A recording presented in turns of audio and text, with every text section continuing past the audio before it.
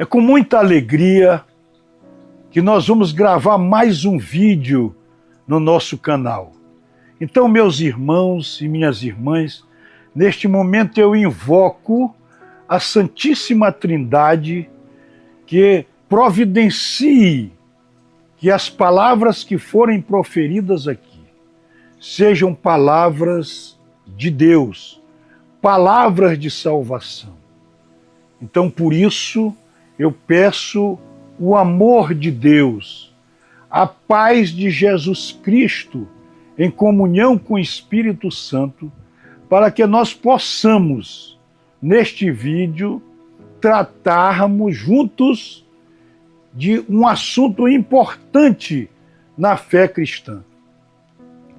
A pergunta que eu vou fazer hoje é uma pergunta que interessa a todos aqueles que desejam ter uma vida eterna, que desejam a salvação, que têm a consciência de que a nossa vida não termina aqui, todos aqueles que acreditam na ressurreição. A pergunta é a seguinte: o que devemos fazer para obter a salvação? O que devemos adotar na nossa vida para alcançar a salvação? Essa é uma pergunta importante porque é uma pergunta que vai guiar a nossa vida, que vai nos levar a obter os nossos grandes propósitos, que é o propósito de um dia viver com Deus e com todos os seres celestiais as benesses da vida eterna. Caminhar para o céu é percorrer um caminho estreito, um caminho difícil, um caminho longo. Mas ao final deste caminho, a esperança nos é alimentada, o sinal da esperança nos revela que no final deste caminho nós chegaremos a Jerusalém Celeste. E esta pergunta será respondida pelo próprio Jesus, pelo Salvador, pelo único juiz, pelo juiz justo, por aquele que prima pela grandeza da misericórdia, da justiça, do amor, da esperança e da fé. O nosso Jesus, ao ser indagado o que devo fazer para ser salvo, a palavra de Deus revela que Jesus, um dia indagado por um jovem, por um moço, por um homem rico, que é a chamada parábola do jovem rico, conhecidíssima de todos, Jesus então responde a esta indagação.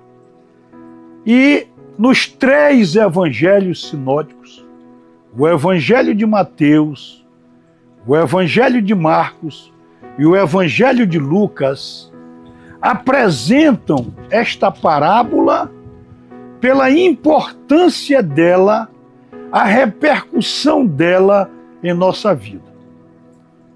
Eu não vou aqui fazer a leitura das 3 parábolas, dos 3 evangelhos. Eu escolhi o evangelho de Marcos para fazer a leitura da parábola do homem rico. Porque quando se fala no jovem, esse jovem representa a humanidade. E uma coisa que eu queria dizer, as parábolas de Jesus, elas não são histórias que estão longe de nós. nós somos naturalmente personagens das parábolas de Jesus. As parábolas de Jesus, elas foram escritas para nós. Elas nos colocam dentro das parábolas. Então,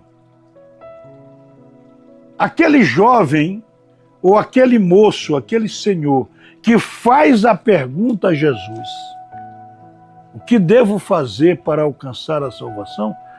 Aquela pergunta somos nós que fazemos para Jesus. Porque nós carregamos em nossa vida muitas riquezas. Às vezes, nós somos ricos materialmente. Temos dinheiro, temos bens. Outras vezes nós não temos dinheiro, não temos bens. Mas às vezes nós temos o poder. O poder, às vezes nós somos também ligados ao prazer. Às vezes nós carregamos o egoísmo, nós somos ricos porque somos muito egoístas. Nós somos ricos porque muitas vezes nós somos maus.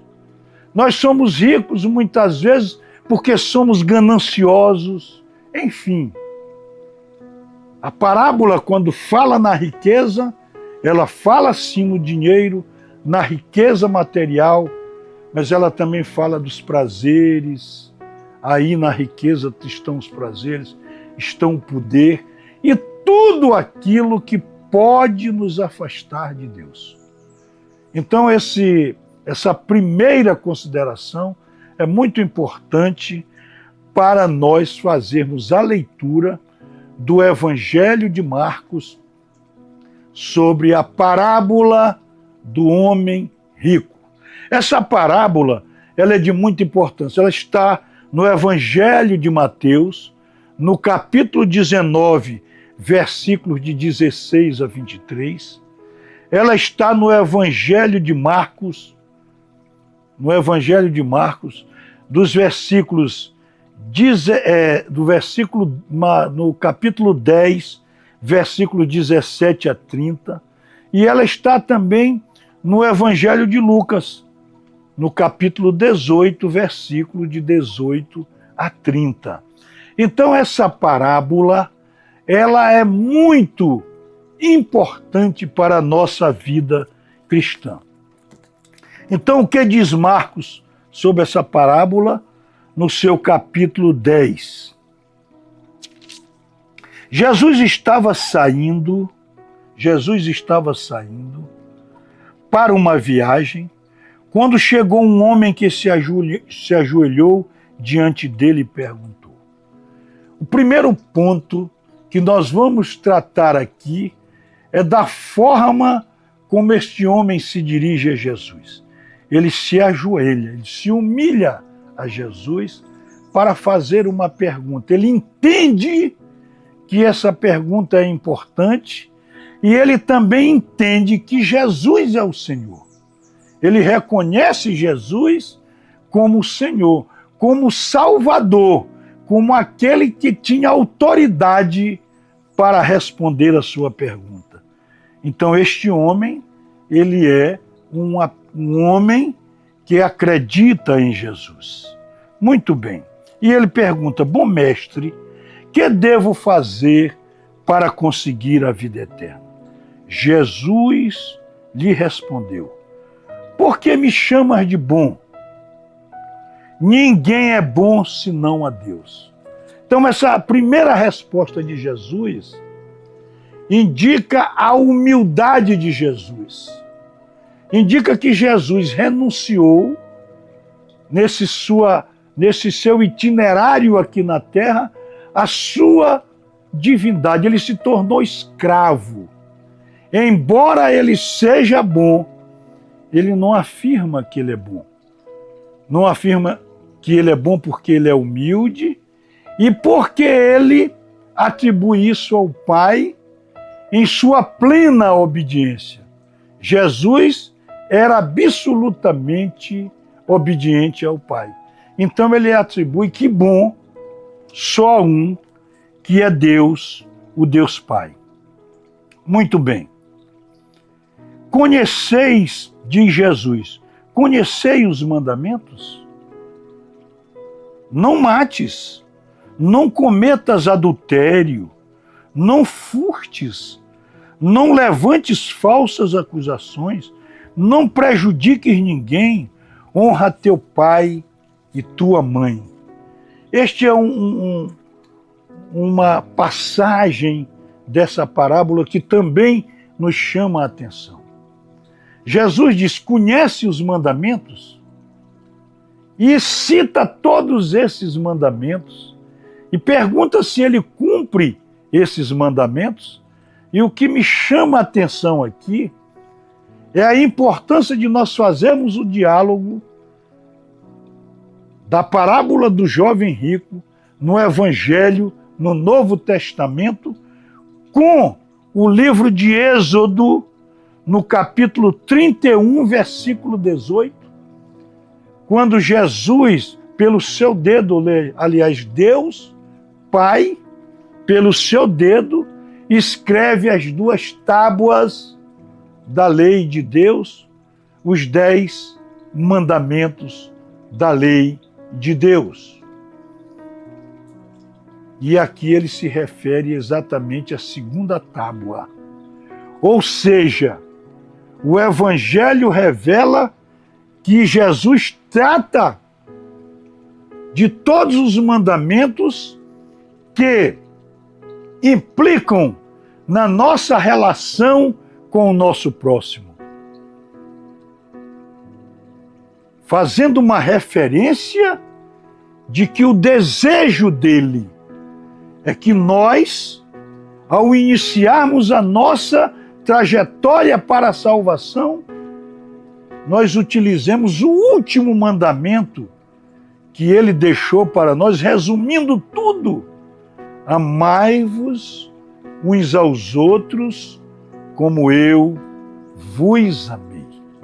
Então, os mandamentos que ele cita aqui, todos esses mandamentos se referem ao nosso relacionamento com o nosso próximo, com o nosso irmão. Porque o que é que Deus quer? O que é que Jesus quer? O que é que o Espírito Santo quer? Que nós amemos os nossos irmãos, os nossos próximos, como Ele nos amou. Então é um amor pleno, é um amor que reflete e confirma o mandamento de Deus. Amemos uns aos outros como eu vos amei. Quando ele diz isso, o homem rico diz assim para Jesus: Mestre, eu tenho observado tudo isso desde minha adolescência. Ou seja, ele confirma para Jesus, né? Primeiro ele se ajoelha para perguntar, depois chama Jesus de bom, e depois ele diz: Mestre, eu tenho cumprido esses mandamentos desde a minha adolescência. Então ele vai no itinerário correto. Primeiro, ajoelha-se, reconhece a autoridade de Jesus. Depois ele chama Jesus de bom. Depois que Jesus lhe diz sobre os mandamentos, se ele tem cumprido estes mandamentos, ele diz que tem observado, cumprido esses mandamentos desde a adolescência. E aí Jesus olhou para ele atentamente e sentiu o afeto por ele. Ou seja, Jesus sentiu afeto por aquele homem. Então a relação dele com Jesus é uma relação perfeita, né? Primeiro ele se ajoelha para Jesus, reconhecendo Jesus. Depois ele chama Jesus de bom. E depois que Jesus fala dos mandamentos, ele diz que tem observado todos aqueles mandamentos. E Jesus olha com muito afeto, com afeto para aquele homem. Olha que coisa maravilhosa. Que relacionamento estabelecido ali. E Jesus olhou para ele atentamente e sentiu afeto por ele. Por isso lhe declarou. Jesus sentiu afeto por ele. Jesus o queria. Jesus o escolheu. Ah, se Jesus olhasse para nós com afeto, esta é a nossa esperança, que no dia que nós encontrarmos com Jesus no julgamento, peçamos que Ele nos olhe com afeto, nos olhe com os olhos do amor. Mas Jesus diz assim para ele. Por isso, Jesus lhe declarou, depois de olhá-lo com afeto, uma coisa te falta. Vai, vende tudo o que tens e dá aos pobres, e então terás um tesouro no céu. Depois vem e segue-me.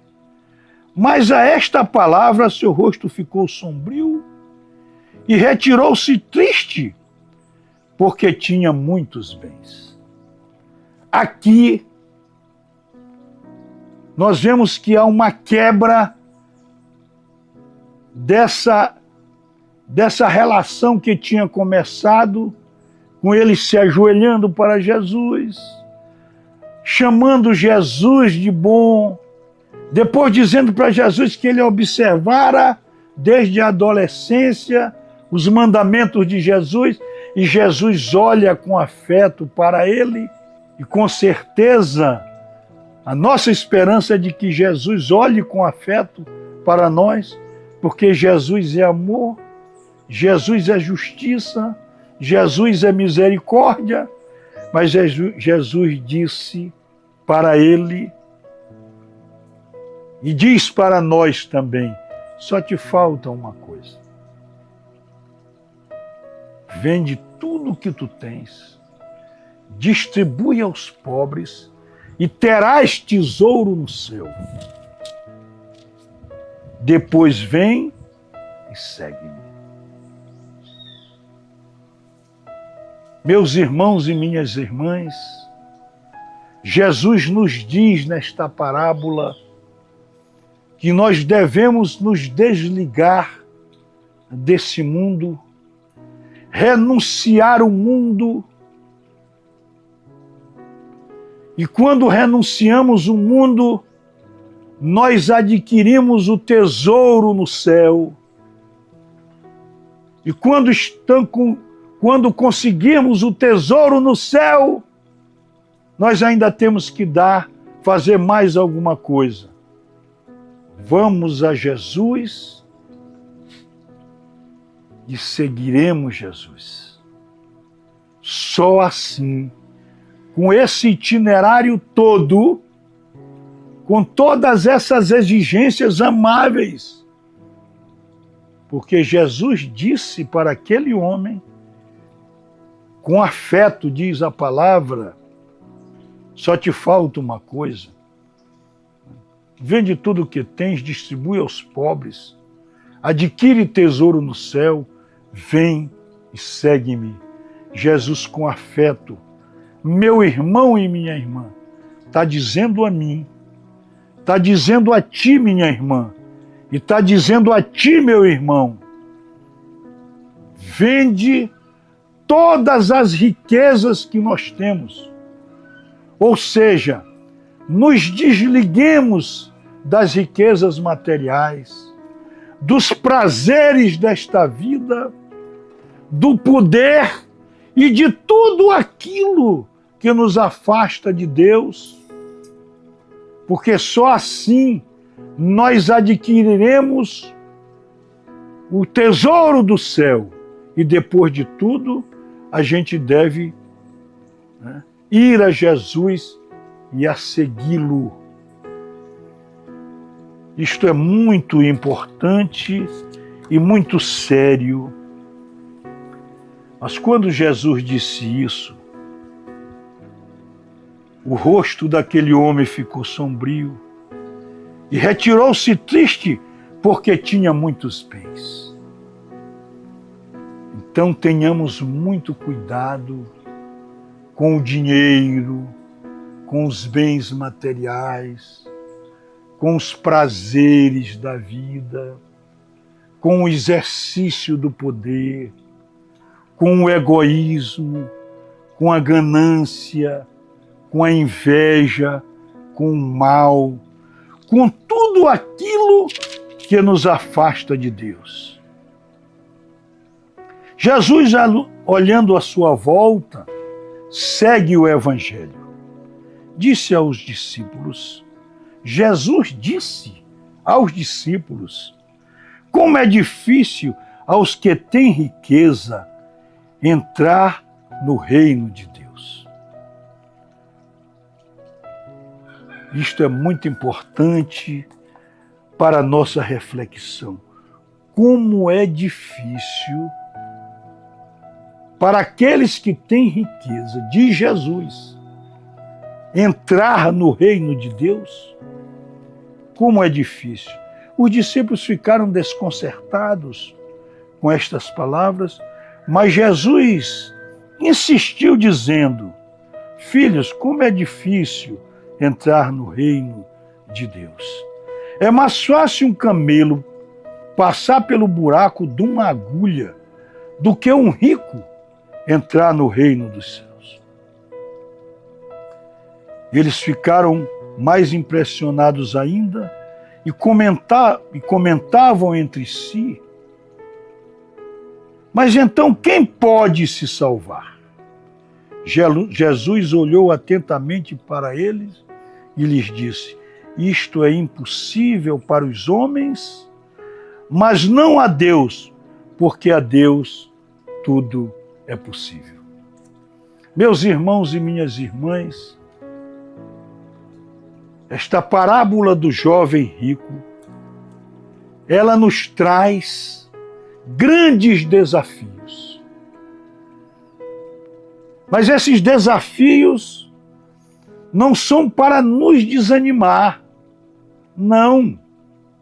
São desafios difíceis e muito difíceis, porque parece até impossíveis. E o próprio Jesus diz, a salvação é impossível para o homem, mas não é impossível para Deus, porque o nosso Deus, o nosso Jesus é o Senhor das causas impossíveis. E eu quero retomar aqui dizendo uma coisa. Tudo que está dito é muito difícil. Primeiro, voltando ao texto da parábola.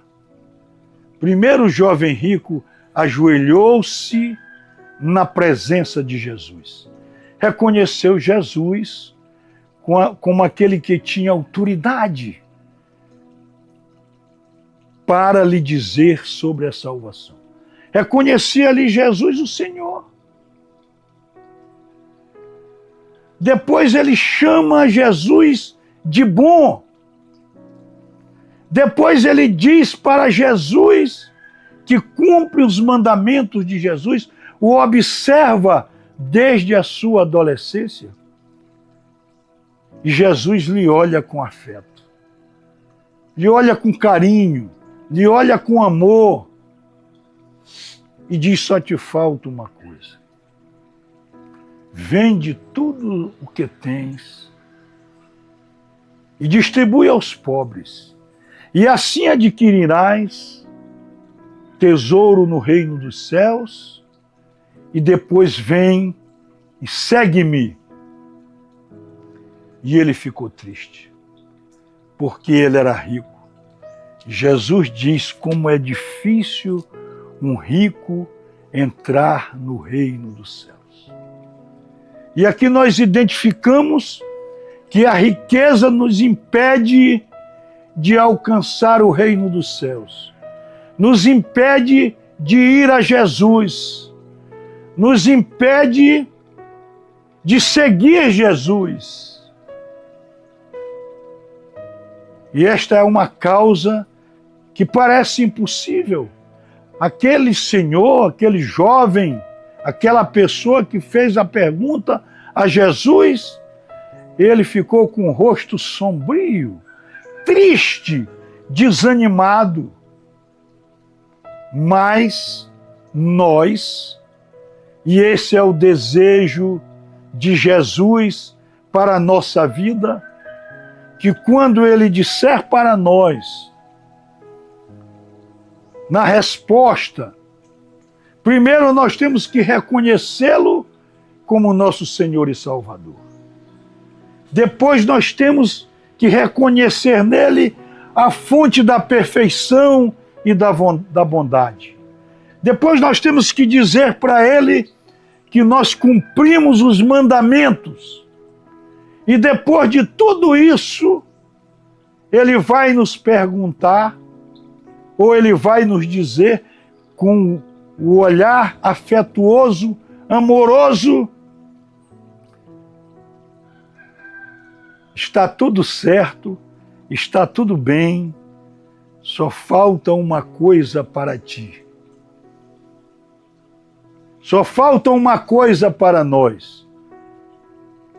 Vende toda a riqueza que vocês têm, distribui aos pobres, porque assim adquirireis tesouros no céu. Só adquiriremos tesouro no céu se renunciarmos às riquezas deste mundo. Se renunciarmos o dinheiro, os bens materiais, os prazeres, vou repetir, o poder, porque tudo isto é temporário. Os vícios, as nossas desordens, a inveja, a ganância, a concupiscência, enfim, todas estas coisas maléficas da nossa vida. E depois de tudo isso, temos ainda que ir a Ele e segui-lo. No contexto desta parábola, Jesus estava saindo para a sua última viagem. Estava saindo da Galileia para Jerusalém. Dependendo de onde ele estava, do local que ele estava na Galileia, a média de distância da Galileia para Jerusalém é de 170 quilômetros, aproximadamente. Ele ia fazer esta viagem a pé. Não existia trem, nem avião, nem veículo. E era a última viagem, porque ele ia a Jerusalém se entregar como cordeiro para ser imolado, se submeter a todos os desejos dos seus inimigos, com uma finalidade de nos salvar. Então ele faz uma viagem, a viagem mais importante da sua vida, do cumprimento da missão do Pai. Ele estava ali cumprindo a missão que lhe ordenara o Pai, a caminhada para Jerusalém, a caminhada que todos nós faremos para Jerusalém. Então ele, neste início de caminhada, ele diz para o homem, aquela caminhada que pelas paradas de Jesus pode ter acontecido em uma semana, até que ele chegasse a Jerusalém e se entregasse, e fizesse a última ceia, e que entrasse na cidade da maneira que entrou, para que fosse cumprida integralmente e plenamente a vontade de Deus Pai. E esta caminhada é a caminhada que Jesus quer que nós façamos com Ele. De sairmos da Galileia, de sairmos deste mundo para Jerusalém. E há algumas exigências. A exigência de que nós o reconheçamos como nosso Senhor e Salvador.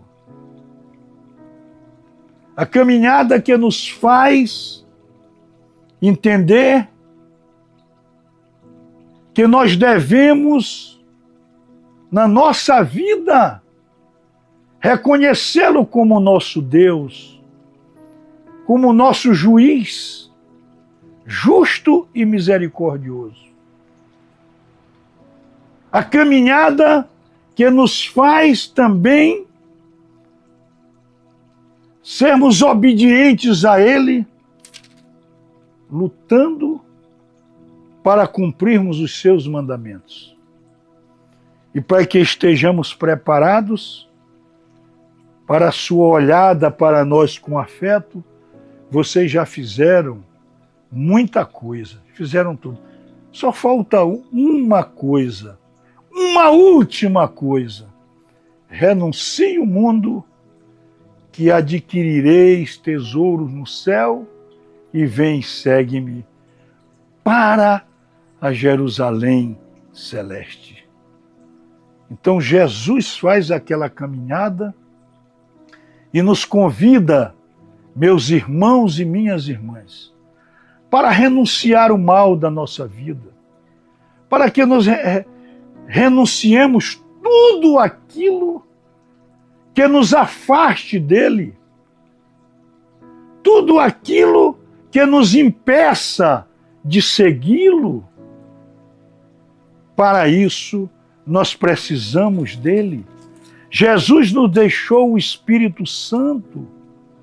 Por isso que nós temos que pedir todos os dias que o Espírito Santo esteja conosco, para que nós possamos ser templos do Espírito Santo, para que nós abramos o nosso coração, para que o Espírito Santo habite em nós e nos ajude efetivamente a sermos como este homem. Primeiro, reconhecendo Jesus. Segundo, reconhecendo que Jesus é bom, que Ele é amor. Dizendo para Jesus que a gente cumpre os mandamentos. E na última hora, quando Jesus disse para ele, só te falta uma coisa, renuncia o mundo, vem e segue-me, porque assim tu terás tesouro no céu. Que a gente responda para Jesus, farei o que tu estás me dizendo, renuncio o mundo e vou te seguir, meu Jesus. É este o convite que Jesus nos faz nesta parábola. E Jesus sai nesse itinerário para Jerusalém, e ele faz o itinerário, esse último itinerário, essa última caminhada para Jerusalém. Jesus faz essa caminhada nas margens do Rio Jordão. Ele vai margeando o Rio Jordão e nessa caminhada ele não passa pela Samaria. Jesus passa por Jericó, é um outro caminho. Da Galileia para Jerusalém existiam outros caminhos, mas Jesus escolheu ir pela margem do Jordão e não passou na Samaria. E poder-se-ia dizer, Jesus na sua última caminhada não passou na Samaria? Por que ele não passou também na Samaria? que era tida, não é, como a região dos pecadores, a região dos que pecavam, mas Jesus já havia incluído a Samaria no seu plano de bênçãos e no seu plano de milagres e no seu plano de inclusão da Samaria, aquele povo como povo de Deus. Nós temos pelo menos 3 passagens em que Jesus exalta a Samaria. Primeiro, no Evangelho de João, capítulo 4, em que ele se encontra com a samaritana no poço. O encontro de Jesus com a samaritana, narrada no capítulo 4 do Evangelho de João. A parábola do bom samaritano, no capítulo 10 do Evangelho de Lucas, e também a parábola dos 10 leprosos que foram curados por Jesus. E daqueles 10, o único que veio agradecer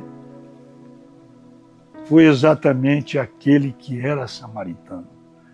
Então Jesus não passou na Samaria, Jesus não quis evitar a Samaria. Jesus, na verdade, já havia incluído os samaritanos na sua missão de salvação. E nesta caminhada longa, eu não poderia deixar de mencionar isso. Jesus também chega a Jericó. E chegando a Jericó, num pé de sicômoro, estava um homem baixinho, que era o chefe dos cobradores de impostos, um homem rico chamado Zaqueu. E Zaqueu havia subido para olhar Jesus, e Jesus, vendo Zaqueu, diz: Zaqueu, hoje eu vou me hospedar contigo. E aquilo se pareceu um escândalo. Pareceu um escândalo. As pessoas diziam: mas Jesus vai se hospedar com Zaqueu, um pecador? E o Evangelho nos revela a vontade de Jesus. Eu vim ao mundo para resgatar os pecadores. Jesus veio para salvar os pecadores, para incluir os pecadores no reino de Deus, para nos libertar da escravidão do pecado, para nos chamar para que nós fôssemos verdadeiros candidatos à vida eterna, para nós alcançarmos a salvação. E Jesus consegue o Zaqueu, que era o chefe dos cobradores de impostos, que era um homem muito rico. Olha o que ele diz para Jesus: vou dividir os meus bens. E disse isso sem que Jesus dissesse nada para ele. E aqui Jesus nos convida para ser como Zaqueu. Eu vou dividir todos os meus bens e vou distribuir a metade dos meus bens aos pobres e vou pagar 4 vezes aquelas pessoas que eu roubei, que eu prejudiquei, vou devolver 4 vezes mais. Aqui, no encontro de Jesus com Zaqueu, Jesus não foi preciso olhar com os olhos afetivos para Zaqueu e nem pedir para Zaqueu vender os seus bens. Ele já diz, Zaqueu era um homem injusto, Zaqueu ele mesmo diz para Jesus, Jesus diz para ele, hoje entrou a salvação na tua casa. O que devemos fazer para alcançar a salvação? Renunciar à riqueza. Não é que devemos renunciar os nossos bens, não. Jesus não quer ninguém passando necessidade. Jesus quer que as nossas riquezas sirvam também para os outros. Quer que o nosso dinheiro, os nossos bens sirvam também para os outros. Porque eles são passageiros, são temporários. O que é permanente e permanecerá para sempre, a riqueza do céu. Ou seja, os tesouros do céu que nós adquiriremos com o nosso amor. Então Jesus quer que nós renunciemos este mundo, as coisas ruins, as coisas que nos impedem de segui-lo.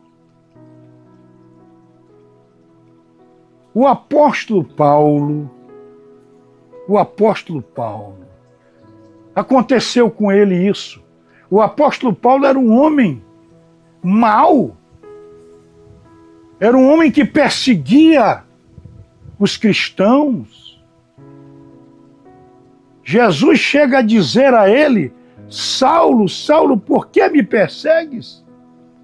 E ele abriu o coração e se tornou o maior divulgador da obra de Deus, o maior divulgador de Jesus na sua época. E este mesmo Paulo, na sua carta aos Coríntios, capítulos 2 e 3, ele faz uma revelação. Existem 3 tipos de pessoas, 3 tipos de homens e mulheres. O homem natural, o homem psíquico, o homem psicológico, digam, deem a designação que quiserem, é aquele homem que não quer saber de Deus, é aquele homem que não tem nada com Deus, é aquele homem que faz questão de desmerecer a Deus. Existe um homem carnal, preso aos prazeres da carne, reconhece que existe um Deus, mas continua sendo criança na fé, não tem ainda maturidade para buscar a Deus, fica preso aos prazeres da carne. O homem espiritual é aquele que abre o seu coração para Jesus, é aquele que deseja seguir Jesus, é aquele que reconhece Jesus como seu Senhor e Salvador, é aquele que se esforça para cumprir os mandamentos de Deus, é aquele que se esforça para amar o seu próximo, o seu irmão, como Jesus nos amou. É aquele que antes de Jesus perguntar, ele diz, eu renuncio às riquezas deste mundo. Então, o nosso desejo, meus irmãos e minhas irmãs, é que nós sejamos pessoas espirituais, como fala Paulo na sua primeira carta aos Coríntios, nos capítulos 2 e 3, quando ele fala dessas 3 espécies de pessoas. As pessoas naturais, psíquicas, as pessoas carnais e as pessoas espirituais.